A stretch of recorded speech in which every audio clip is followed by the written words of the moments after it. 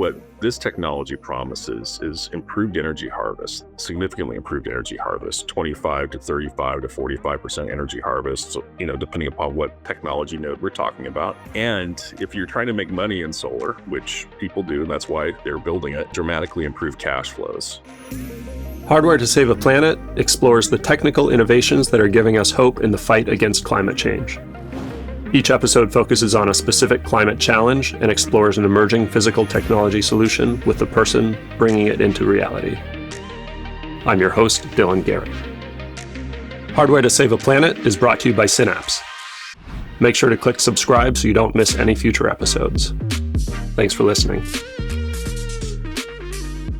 Hello and welcome to Hardware to Save a Planet. Today, I'm excited to be joined by Scott Graybeal, the CEO of Caelux, to talk about solar energy. Caelux's approach uses Perovskites, a material that can make solar energy more powerful, efficient, and cost-effective. At a time when conventional photovoltaic panels are reaching their maximum efficiency, this could be a really big deal for solar. Caelux claims they can achieve 30% more power in the same space and 20% lower project costs. Caelux was founded in 2014, and Scott joined as CEO in 2021. He has spent a lot of his career in clean energy and advanced manufacturing, with more than 15 years in the solar and energy industries, including 7 years leading the energy solutions segment at Flex, a major global manufacturer. So he knows this space really well, and I'm excited to learn more from him. Scott, it's great to have you on the show. Thanks a lot for joining. Well, thank you for having me, Dylan. So actually, I was kind of scrolling through your background. It looks like you were working in solar almost 20 years ago. And not maybe before that, but that's when I sort of first noticed it on your resume, which is probably sort of an eternity in the solar industry. I'm curious what stands out to you as some of the biggest changes in the space since then. Yeah, 2008. So I guess it's going on 18 years this year. Yeah. I think the simple answer is the cost, clearly, because when we were starting out, crystalline silicon panels were expensive, a couple of bucks a watt. But then when I talk to the real veterans in the industry who've been in it like 30 to 40 years, they remember $10 a watt. And so that's been a big standout. And I don't think anybody back in 2008, when I started, really had a concept of what the scale could be. I remember I started off in the thin film silicon world, which came about because of really expensive polysilicon prices when it was like $350 a kilogram. And thin film silicon was going to be the answer to that. Well, it was funny because, we would talk about big factories. And back then, a big factory, I think Sharp had a factory in Japan that was 160 megawatts. And we were just oohing and awing over how big that was. And, now we have a pilot line that's 50 megawatts, and we're scaling that to 100 megawatts by the end of this year. And that would be considered a huge plant back in 2008. And today it's a demonstration line. So it's a very different world when you think about the scale. And I think just the fact that solar has become so mainstream in most geographies is really been remarkable to see. And it's been faster than I think anybody had anticipated. So the pace at which this industry evolved was quite dramatic.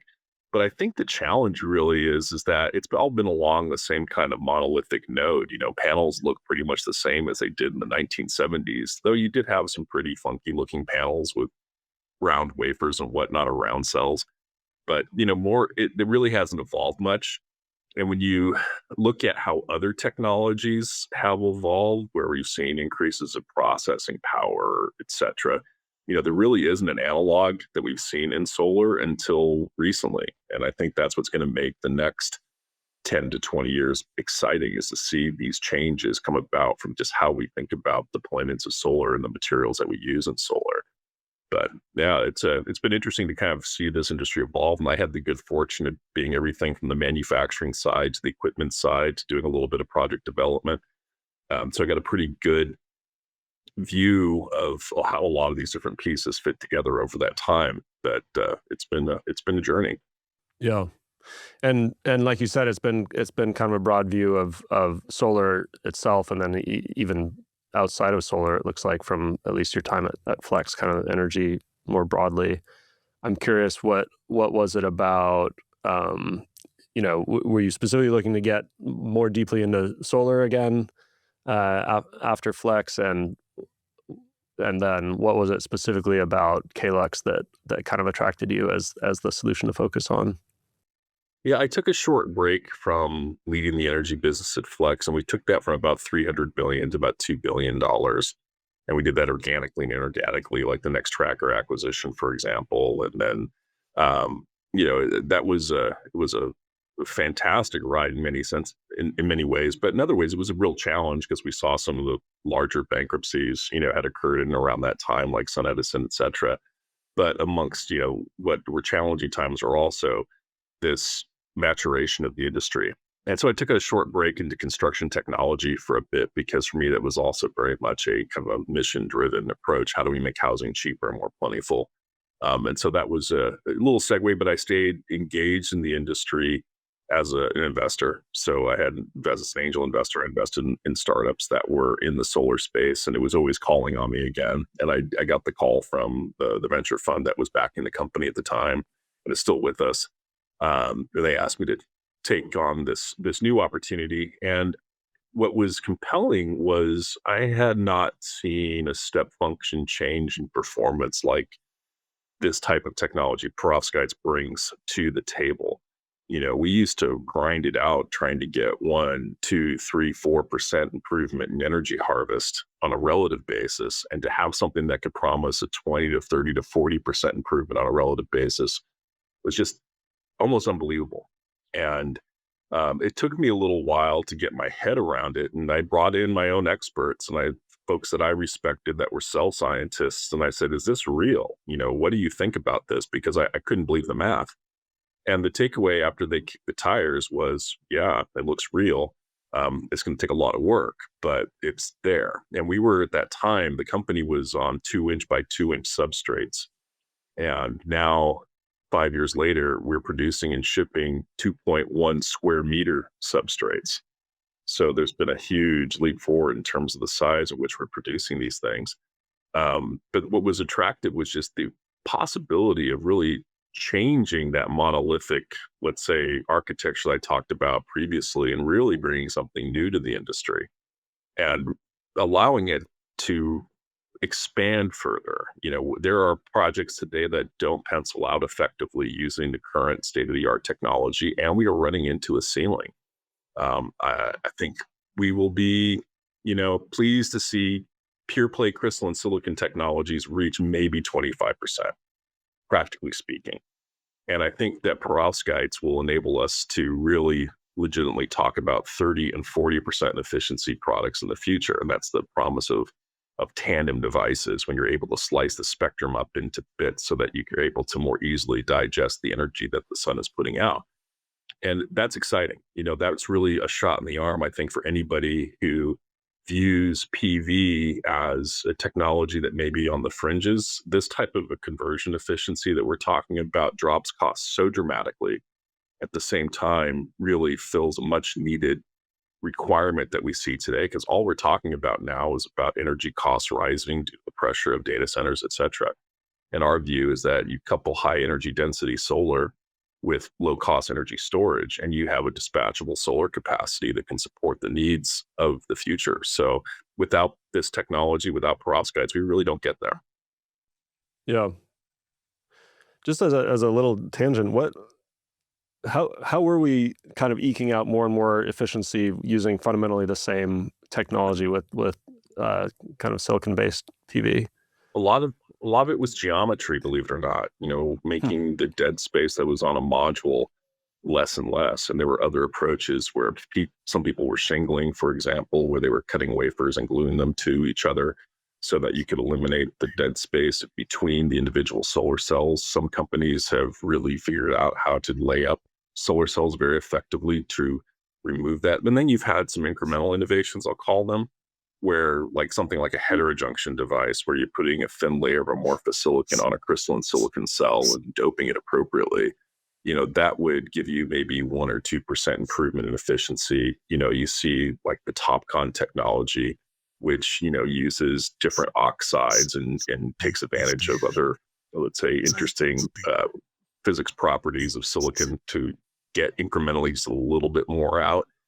But that's a lot of CapEx. It's a lot of effort. And it's getting more and more expensive to get those increased efficiencies out of silicon. You kind of hit the point of diminishing returns. Whereas, these perovskite technologies, and ours in particular, you're able to get pretty dramatic leaps forward. And there's a lot of headroom left. We're just really getting started in the commercialization of this technology. And so we've got still a lot of dry powder. And there's a lot that can be done to continue to optimize perovskites. And let's see I'm just trying to remember. Caelux was founded in 2014, I think. What was their role in perovskites? Are they kind of pioneering the field in some way? Do they have a particular angle that others don't? Sort of what's going on in that space? Yeah, so the company really started with the idea of how do you boost the performance of crystalline silicon technology using different material systems. And they tried a lot of different things. They tried SIGs, they tried other thin film approaches, silicon nanowires. I mean, there's a lot of different ways they did. And that was really John's vision, is that, look, unless we go to some type of tandem structure, it's going to be harder and harder to get these single junction devices to really perform to where they need to be. And then in about 2017 or so, the company aligned with the board on a shift in direction to go and look at these perovskites. They started, the discovery was like in 2009 in Japan, and there was a lot of work. But back then, these devices lasted seconds. It was literally, you produce a perovskite and measure it super quickly because otherwise it was going to degrade. That's no longer the case. Now we have lifetimes of years. And that's a big step forward. So when the lifetimes really started improving and the cost window looked like it was achievable, then the company made that shift.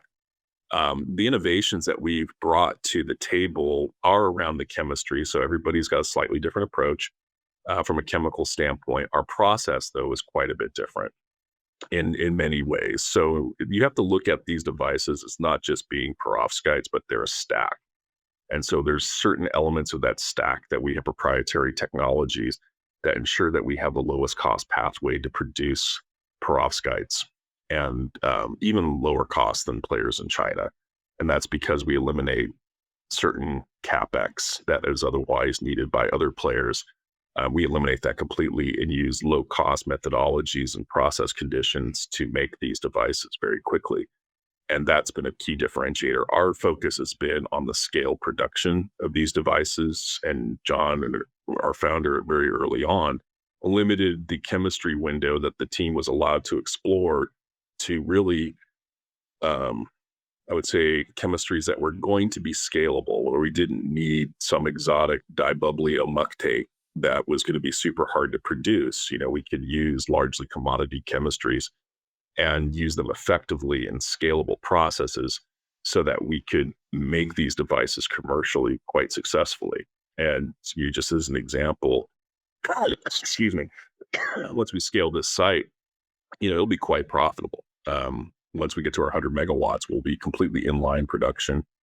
And, considering where we know we can sell the product at and where what it's going to cost us, it's exciting to actually run a solar business in the United States that can run a profit at a very low capacity. And likewise, that's helping us in our international place as well. We're have letters of intent for very large deployments of other factories and other geographies, which we'll probably talk more about as the year progresses. But those are enabled by all the hard work that's been done here in California to make a scalable, low-cost, high-efficiency, long-lasting perovskite system. Yeah. Can you explain that? You've mentioned that it's a tandem system a couple times. What does that mean? So let me first start off by talking about why people do tandem devices in general. It's the way that you can optimize the sun that you're getting. And so what you do with the tandem device is you split the spectrum up into chunks. And at near the band gap of a given material, the material itself is much better at absorbing photons from the sun and converting those into electrons that we can use. So we call that the band gap. It's the energy at which they're promoted from the valence level to the conduction band. They're semiconductor photoactive materials. Mm-hmm. And so So if that you've got portion of the one band spectrum. gap, that's Yep. right. That's Yep. right. So in specific terms, silicon has a band gap of about 1100 nanometers, 1.12 electron volts. So anything that it absorbs that's more energetic, and that 1100 nanometers, by the way, that's in the infrared part of the spectrum. Anything that's more energetic, like visible light, it still absorbs it, but it's an indirect band gap semiconductor, and those charge carriers get promoted to levels that are less efficient, and then they kind of decay down into, and I'm probably explaining this incorrectly, but this is how I understand it. But as they decay down into the conduction band, they give off heat. So you'll see the cell temperature for silicon is warmer than what it would be in a tandem device. So when we talk about tandem devices, they're actually cooler because the perovskite absorbs around 750. And that's where it's optimal, which is in the red part of the spectrum. So red and visible light is more efficiently absorbed by the perovskite. And you pass down all of that red and infrared light to the silicon, where it's pretty efficient at absorbing it. So this is how tandem devices generally operate. So you're finding, you pick these different band gaps, these different parts of the spectrum, and say, hey, I'm going to be really good at absorbing blue light. I'm going to be really good at absorbing red light. I'm going to be really good at absorbing infrared light. And by cutting it up in those little sections, and you're able to convert sunlight to electricity much more efficiently. Got it. So that's what we mean by tandem. And you described it as a stack. So one layer is kind of capturing a certain portion of the spectrum that it absorbs most efficiently, and then the next layer absorbs light in a different. Is that the right way to think about it? Yeah, the stack I was referring to was the stack just for the perovskite system alone. And the way our architecture works is that we have this perovskite layer, which is deposited on the cover glass that goes on a module. So it's on the underside of the cover glass. Then we have a lamination material, which allows, gets everything to stick together, but also allows the light to go through and at the same time electrically isolate the crystalline silicon from that cover glass. And so now we have two electricity generators in one footprint. So we have the perovskite cell, got an insulation material in between, and then the crystalline silicon cell, which is converting that deep red infrared light into electricity. And so they're connected electrically in the junction box in parallel. So the voltages match, but you can add the current together. And so the stack I was referring to was the stack for the perovskite system, where you have a transparent conductive oxide, something called the whole transport layer.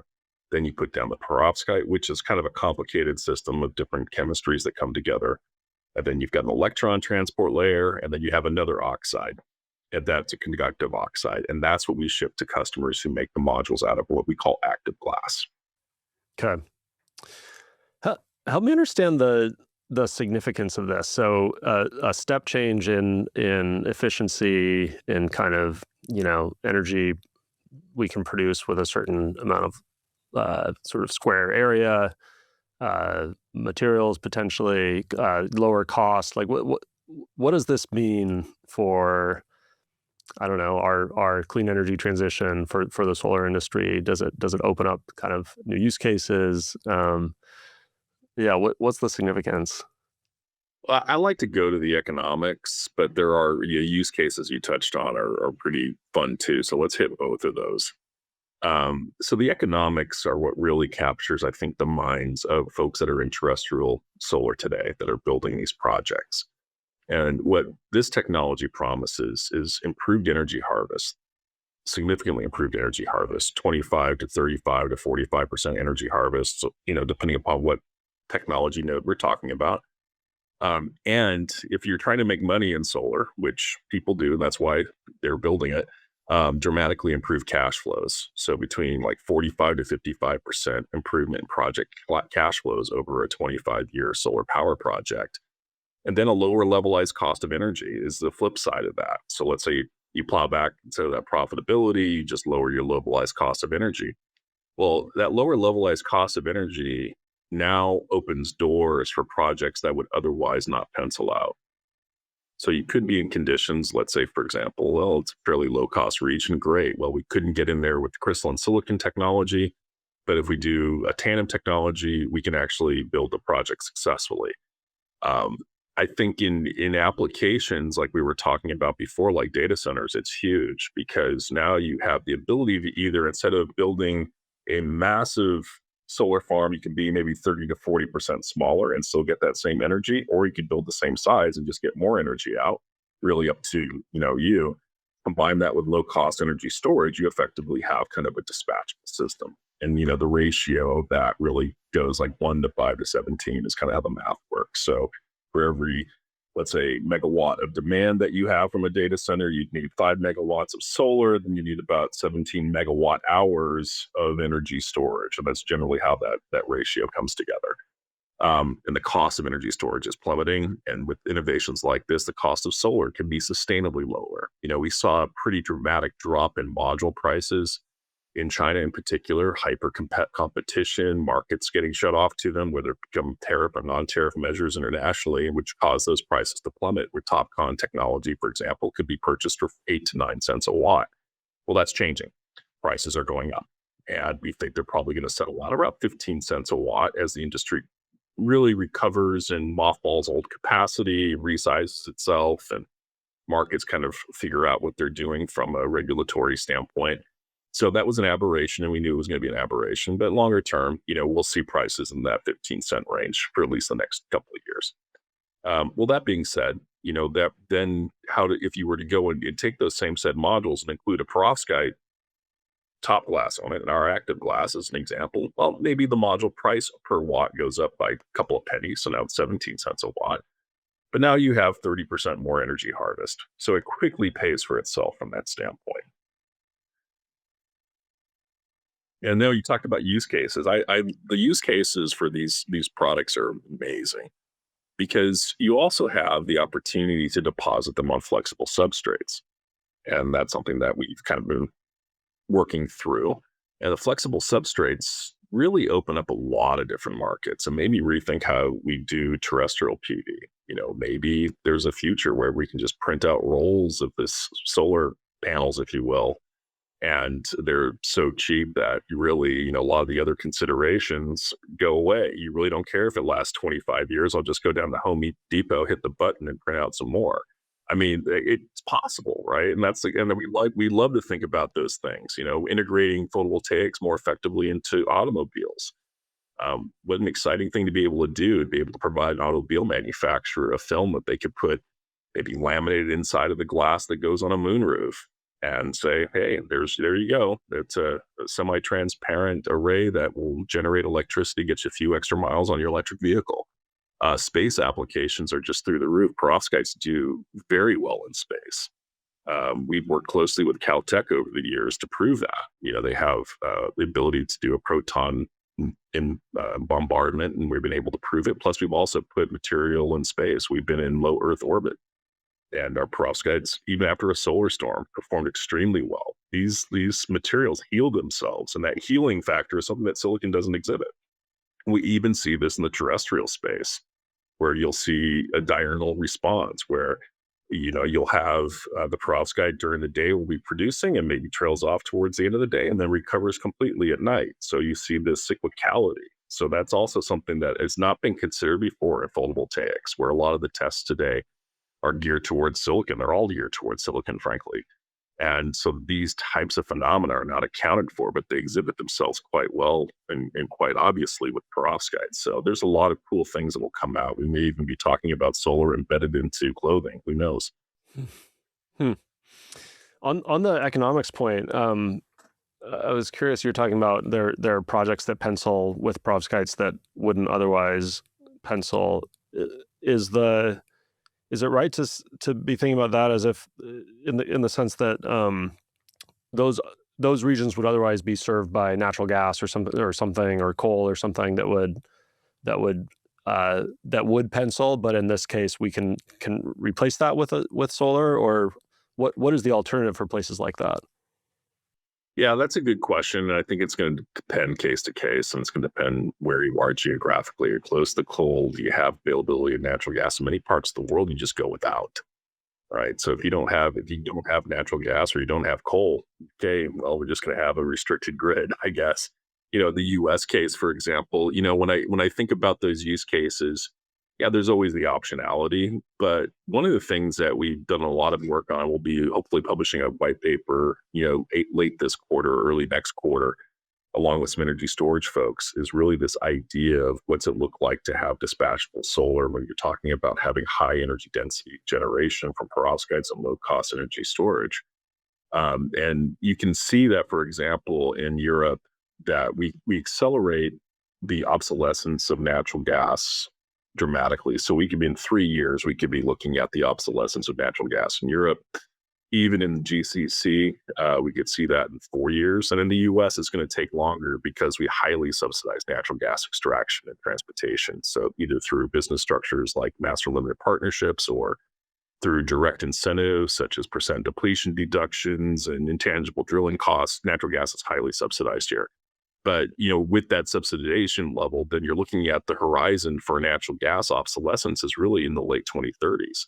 So if you're planning out a natural gas project, and if you know it's going to be obsolete in 10 years, that may cause you to pause and think about it. Whereas we have kind of a modular building block, almost like Legos, when you think about what solar and storage can do together. It's a very different paradigm. So when you see that projects aren't penciling out, it's usually because it may not meet the horizon for the returns for the developer or the independent power producer. And so the great live use case we're seeing today, the limited availability of TOPCon technology, which is a couple of percent more efficient on an absolute basis than the predecessor PERC. So developers were designing projects with TOPCon in mind. Well, that became a very messy legal battleground as companies were beginning to sue each other over intellectual property rights associated with TOPCon. So what replaces that? Well, what we've been able to prove is that you can integrate our technology with mono PERC, and it'll perform better than TOPCon. So we're shipping today as what we call our Caelux Prime product. It's a beta product, so limited release, 25 customers worldwide we're shipping the product to. And what that promises to do is to take what would be a 21% module and makes it a 24 to 24.5% module, which, by the way, is a full percent on an absolute basis, a full percent more efficient than TOPCon at 23.5. So you could take this legacy, like 10-year-old solar technology, and make it perform better than the current state-of-the-art crystalline silicon technology at the same price here in the US. That's what's exciting. So what we were paying before, you're going to pay, or it'll cost whatever the module company's cost was before. It'll be that, whatever they choose to charge the developer, that's up to them. But in terms of our brand promise, it's like, look, we're going to take a third of the value, and you, Mr. Module Company, Mr. Developer, you fight it out for the other 2/3. So whatever you think that fair split is. And we think that that's fine. So everybody could take a third and we all win.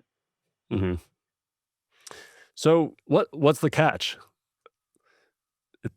Yeah, what's the catch? Well, I think that we need to scale this, and we need to scale it quickly, I think, as an industry.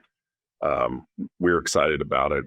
As I mentioned before, we have offshore letters of intent, well over 10 gigawatts of manufacturing capacity, a portion of which that's going to start this year, and then with the line of sight for production next year, late next year. And I think we need to get there. We have to have the will to do it. And I'm finding that there's a lot of interest in other geos for this technology outside of China. I think the catch really just comes down to, like any new technology, we're going to have to really deploy it, understand it, take those lessons and plow it back into the next product revision and go along that learning curve, right? Yeah, which solar has done so famously. Yeah. And when you talk about producing it at scale, what are you producing a material that's then supplied to solar manufacturers? It actually sounds like you're producing more of a product that goes into panels. Can you say more about that? So what we do, so every solar panel has, or every solar module has a top glass. So we replace that top glass with active glass. So we take glass in our factory, and that's what we deposit our system on. And so we have the capability of depositing on large sheets of glass, about 2.1 square meters, this material stack. And by the way, there's no length limitation. We know that that's smaller than utility scale today. Utility scale, they're typically 2.3 meters, 2.4 meters, and we're about 1.95. You're And so that's just close. because of I know, but there's the size of the tool that we had. So we started Okay. with used equipment that was at a certain size. But the Okay. next factory we have will be able to do, up to 3 meters in length easily. So length isn't the issue. You got to get the width right. And let me tell you, everybody thinks this is easy, just go get a turnkey line. No, this is hard. It was 3 years of really hard work to get from the moment where it was like, hey, I think we see a band gap here. I think it's photoactive to, okay, now we have a product that we feel comfortable shipping to beta customers. That's at a 15% minimum efficiency, which then turns into that 24.5% efficient Tandem module. Our record today, as we published and we put out on LinkedIn, because normally we don't get too explicit, but 16.5% right now, and our full release product will be 17.5%. It's really 17 will be the threshold, and that'll come out in June. And we think it's going to be faster because I've been blown away by how quickly once we kind of figured out some things, and it took a while, you got to do a lot of experimentation, but that efficiency shot up dramatically. And it's not just one thing. Somebody asked me recently, there was an investor, so what was the breakthrough? I go, there was no breakthrough. It's a grind. The breakthrough is that you just got to keep running, and you can't let your site go idle. You can't make one good panel a week. That's impossible. And it's naive to think you can do that. You have to run dozens and dozens and dozens of these things a day, and to really get the learning. And, today, we'll be making, by the end of this year, about 800 of these things a day, 700 to 800 a day. So, that's where the learning comes in, and it's all Wright's law. Theodore Wright back in the 1930s predicted these, and our innovation was being able to take that mathematical model and apply it to parametric performance. And so with a high degree of confidence, we could tell you, if we produce X number of devices, this is what the efficiency would be. And people doubted us on that, but we proved it. It's true. We run X number of devices, we will get to 17% efficiency. We showed it with our models so far. And we're proving the same thing to be true with our reliability work that we're doing, the durability work we're doing on this technology. So it's all just, we're kind of taking the lessons that China taught us again through the crystalline silicon industry, and then applying them back into what we're doing, and what we really could look at this PV 3.0, this new, where I think the whole game gets reset. It's really not a China conversation anymore. It's really about, where can this be done, and who are going to be the technology leaders in each geo. And as you're kind of achieving these improvements, what is it exactly that you're iterating on? Is it sort of process optimization? Is it material science? Is it, supply chain? What's actually changing? Yeah, there's parallel efforts, obviously. So R&D really focuses on, what it's going to be the next gen product. What we have today, it suffices for our next 4 generations of our product that we have on the line, and it's coming down to simple things. Well, simple things are often complicated. Everything from defect reduction to tighter process control, optimized process conditions.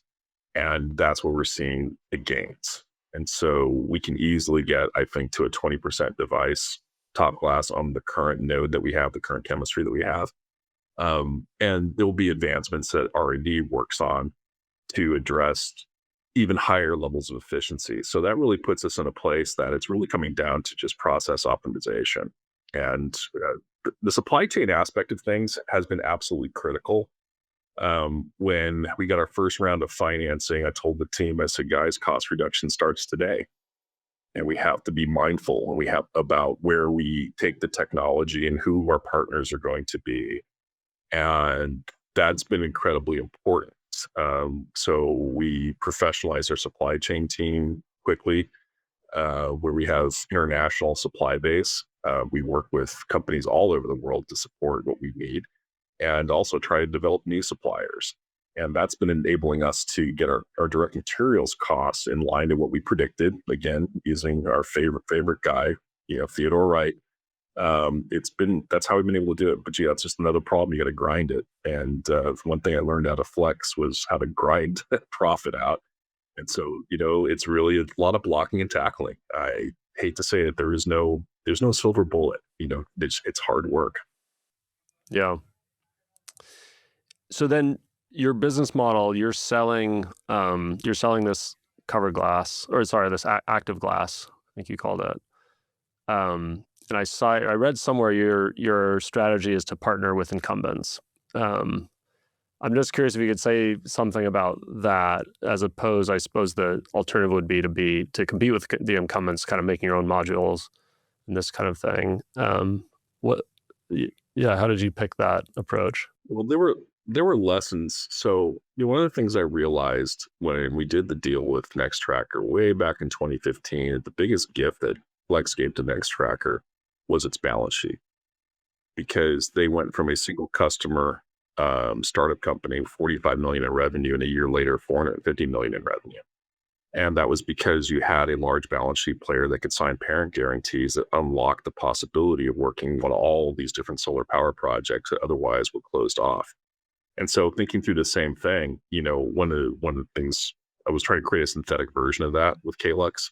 And so the concept was, let's work with large balance sheet, well-known solar module players that can incorporate our technology into their platform. And then the developers still working with the same module company and get the warranties coming from that same company they worked with for the last decade. And I also figured, these module players, they're not going to give us any slack. They're really going to push us through our paces, more so than I think any third party ever would, third party lab. I mean, these guys will, really, like I said, put us through our paces. Hold a high bar. Be working hard to, exactly. And so getting qualified with these guys is a big deal. But they also see an economic benefit from it too, that offsets the risk considerations. And so that enables us to get into projects and into, let's say, large residential installers that otherwise would be shut off to us. My biggest concern was being a module company, because I think people underappreciate how hard it is to be a module company. I mean, we had a couple of gigawatts of module capacity when I was at Flex. And you have to be at 99.8% end-of-line yield to be world-class. And that takes an incredible amount of discipline. And it is a messy process. But you have to have that level of control. And I didn't want to solve two problems at the same time. Getting perovskites on glass right is hard. Compound that with trying to scale up a module factory. And I've had module factories that scaled beautifully. I've had module factories that took 2 years. And it's a lot, even though you could say, oh, it's turnkey. It's never turnkey. There's no such thing as turnkey. I sold turnkey lines for 3 years. It's not turnkey. Nothing's turnkey. I mean, it's really hard, and it's more CapEx. Whereas we can partner with a module company, and if they're the right module player, then maybe we have a conversation about a potential joint venture. Or, the same thing applies to glass companies. Let's do a JV with a glass company. And then, we can have Perovskite coated glass. The Caelux active glass goes out and supports all these module companies. And that's a good place to start. Now, I say start because eventually, Perovskites will get really, really good at Perovskites. And then maybe Perovskites even replace silicon in the future. Maybe we start talking about dual junction and triple junction Perovskite only devices on flexible substrates. I mean, it can get really crazy really quickly. So maybe in the next 10 years, solar is going to look a lot different. And that's exciting. A lot different, a lot cheaper, a lot faster. Yeah. Got to start somewhere, though. And that's where this partnership concept really comes about. Maybe I'm wrong, but, we can all dream. You've mentioned China a couple times. What's preventing China from jumping into this game and kind of doing the China thing with this?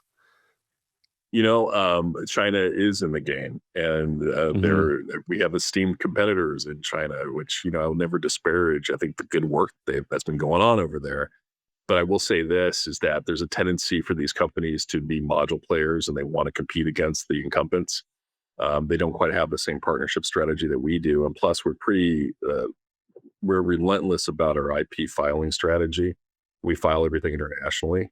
And we will defend our IP if we feel it's being infringed. And so, if somebody can do it faster, better, cheaper, less, then great. They deserve to win, but we don't think they can. But our strategy is to be everywhere outside of China. And so far, so good. Even though we're just really getting started on this journey, that activity is continuing. But what's interesting about this case, when you compare it to what was made the crystalline silicon industry ship so quickly, we don't have massive capex requirements like you did in crystalline silicon, where you had to go build a giant polysilicon plant and be close to a coal mine to provide you the energy that you're needed to produce polysilicon. So that's gone in our world. Nowadays it's really, I've got glass, which can make anywhere in the world, really, just have some good sand. And now I've got the ability to just take off the shelf chemicals and synthesize them in a certain way that makes these cells. And so the capex to do that versus crystalline silicon is like a quarter of a crystalline silicon completely integrated line. You got to think about crystalline silicon as being everything from quartzite all the way through the module. And that's really entire value chain. Now we have a really simple value chain. That's okay. I need a glass guy, and now I need some chemical guys, and then I'm good. And then I can go and produce these things. And so that resets the value of having a highly concentrated manufacturing presence. So you don't need to have these massive polysilicon producers somewhere in outer Mongolia that are just producing all this poly. It's now a distributed manufacturing model. So now you've taken away one of the advantages. One could have been a labor or capital advantage. Now you've decreased the cost of the capital significantly. So now that's a less of an advantage. Case in point, we don't even have a clean room. That's how different this is. We have clean room sections that are dedicated for certain processes, but we don't believe that there's a need to put together a complete clean room. And we've proven it. It's unnecessary, but it's anathema to, I think, how some folks are thinking about this stuff, but it's not needed. But that also shows you, hey, now you can open this up to a lot of different manufacturing locations. We're in an old pet food distribution warehouse. That was the business before we were here. So now you're looking at all this available warehouse space, looking at it very differently. Maybe this is high-tech manufacturing space. That's opens up a lot of possibilities. And the labor arbitrage is not available anymore because these lines are highly automated. We can run a 2 gigawatt line that would take roughly maybe 5 people per shift. 20 people can run that line, not including, HR and whoever you need for like your rock functions to support the operation and management, whatnot. But that's pretty light. So there really isn't much in the way of any sort of labor arbitrage opportunity. So now we've addressed CapEx where they had a significant advantage. We've addressed the energy consumption. We have 1/20th the energy consumption of crystalline silicon production. We don't have, and so that CapEx also comes back to the fact, okay, now you're dealing with lower CapEx. So now you have more sources of potential capital. We don't have labor requirements that are going to be untoward. So now that kind of takes all the advantages that China had in crystalline silicon and reframes it for this new technology. You were talking about the future a little bit ago and where this might go. I'm curious where, as you sort of look in your crystal ball down the road, how do you see solar sitting in the kind of energy mix of our future? We've got a bunch of energy or a bunch of effort and money going to like geothermal and fusion and wind, although maybe not so much these days. How do you think solar is gonna evolve in the future as part of our mix? I think it's going to become so ubiquitous, we're going to take it for granted. And what drives ubiquity is cost and performance. So those two things. And that's what this technology enables us to do. And I say that, with all seriousness, because you can see where the manufacturing footprint for a gigawatt of this stuff may be no larger than, a few hundred feet by a few hundred feet. So something that we would normally have seen is like maybe a commercial printer. kind of footprint. And I think it'll be so inexpensive that we'll start talking about cents per kilowatt as opposed to cents per watt. And that would be amazing, and that's going to really require thinking about solar a bit differently. Maybe it's not a 25-year product. Could we do it enough that you really don't care? It's like, okay, yeah, you probably could. Could we just roll something out and stick it to a surface and now we just figure out how to go connect it? And, that's not our wheelhouse, but we'll work with partners on that. In fact, we have a next generation module program with another partner that's just kicking off. And so I think the sky's the limit. We just have to be willing to go and look at this technology and say it can look different. We can support the industry as it sits today, no problem. But let's challenge ourselves to think about maybe how we connect things electrically is stupid. Maybe the way that we're installing terrestrial today just needs to be completely turned inside out. Maybe we think about, what's it look like? We talk a lot about space nowadays, and I hope we talk more about it in the future. But being able to print out in situ, when they're talking about data centers in space, I don't think that's a crazy idea, especially if you can go print out in situ solar panels to replace those that are damaged by micrometeorites and just have your robots out there stretch them out and say, okay, we're ready to go. We're back up and running, 5 nines. Those are all legitimate things for us to be thinking about. And my dream here is that it does become ubiquitous. Now the question becomes, well, how are you going to make money at that? Look, we'll make money at it. We're going to figure that piece out. But let's have that as really kind of the end state where it's simple access globally. Some people probably wouldn't like that, particularly if you're in the O&G business. You like centralized production. I get it. That's how you're making money, sure. But the sun's been out there. Let's just start using it better and more freely. And there's ways that we can start harnessing technologies like this in order to really achieve that. Love it. Scott, I have 3 questions for you that I end every episode with. The first is, how optimistic or pessimistic are you about the future of the planet and why? I'm pessimistic in the sense that I don't see political leadership aligning around science, and that's what concerns me greatly. I hope this is a generational issue, and I'm hopeful that the next generation, I've got kids that are 26 and 30, they think differently, and I love that. And I'm hoping that they start to re-engage with science on a much more meaningful basis and use science as the basis for decision making, as opposed to, my buddy at the golf course said that this was a good idea. And I would love to see that. And I think we've got to get back to rational science-based conversations. I think if we can do that culturally, then we're in good shape. If we can't, well, okay. I think the planet's going to be just fine. It's going to be civilization that's in trouble. Planet will shake us off like fleas. It'll be fine. Yeah. Who is another company or individual doing something to address climate change that's inspiring you?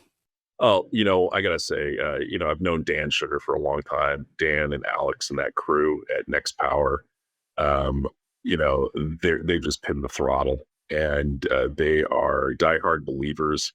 And again, with science, right? But I love what those guys are doing. I think that they've got the right focus. They're going after the problems that we otherwise would ignore, and they're applying really innovative solutions to those problems. And I love to see that.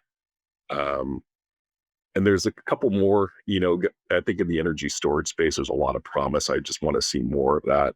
So I'm pretty excited about that as well. Yeah, like new battery chemistries and things, or what catches your eye there?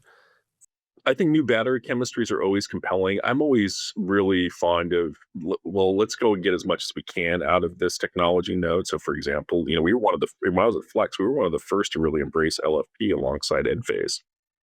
Enphase kind of came out with their battery with LFP, and I'm scratching my head. I'm like, wow, everybody else is doing NMC.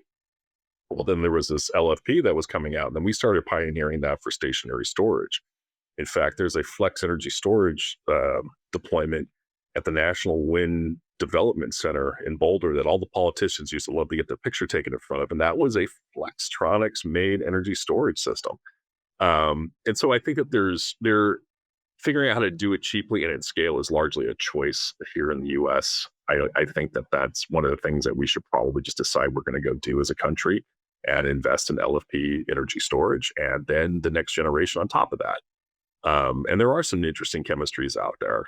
Anybody who can run around with a +2 charge as opposed to a +1 charge naturally has a leg up. So here's to all the zinc guys out there.